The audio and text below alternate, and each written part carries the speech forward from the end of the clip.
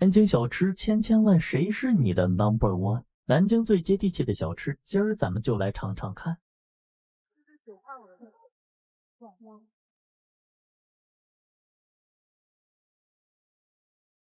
牛骨路今儿起了个大早来吃无饭麻团，只见师傅在无饭上加上一只麻团和橄榄油炸软法棍，3下5除2就变成了一只乌漆嘛黑的橄榄球。扎实的乌饭就像刘亦菲往我胃里打铅球，有了油条、肉松和咸鸭蛋的加入，就算沉重来也想接着。再配上一只糯叽叽的糖芋苗、桂花藕粉，曹切错杂，弹小圆子、大猪小猪落玉盘。第二家的牛肉锅贴是 PH 的友友们给我请的碳水教练，汁水多的仿佛牛们还在泡澡，泡到一半被我的大门牙打扰，一口下去，嘴巴宛如钻入热乎乎的被窝，给你洋般的温暖。下一站的菜场简直像个盘丝洞，西游记要是这种味儿的盘丝黑，估计谁也取不到真经。董阿姨加上鸡蛋、敞篷小猪配起，最后放饼。第一眼怀疑看的是煎饼摊的倒放版。这个是南京吃法。哎，对。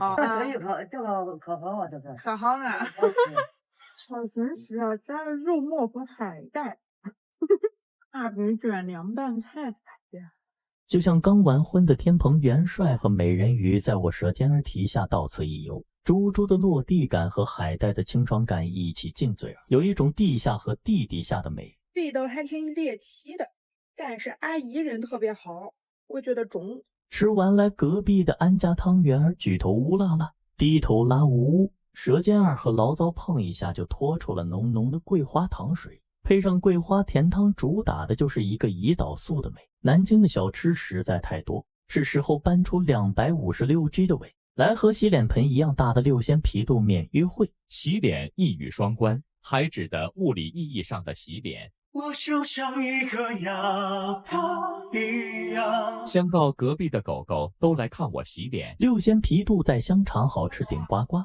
碱水面条配番茄，开胃小哈。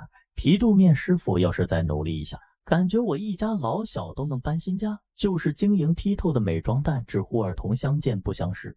肚是鱼的什么部位？是纵皮啊，就是鱼皮。纵皮是什么？纵皮。哦，还真好吃，好鲜啊！家人们夸父聊天好尴尬。中午偷骑着自行车来做有氧，嘴不有氧，刚打完肉毒素的包子，脸上一个褶子也没有。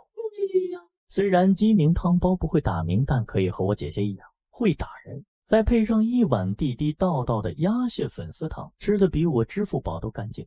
最后等上36个分钟，去嘴里把玩一只南京鸭，那今儿也是吃饱喝足，很满意哟。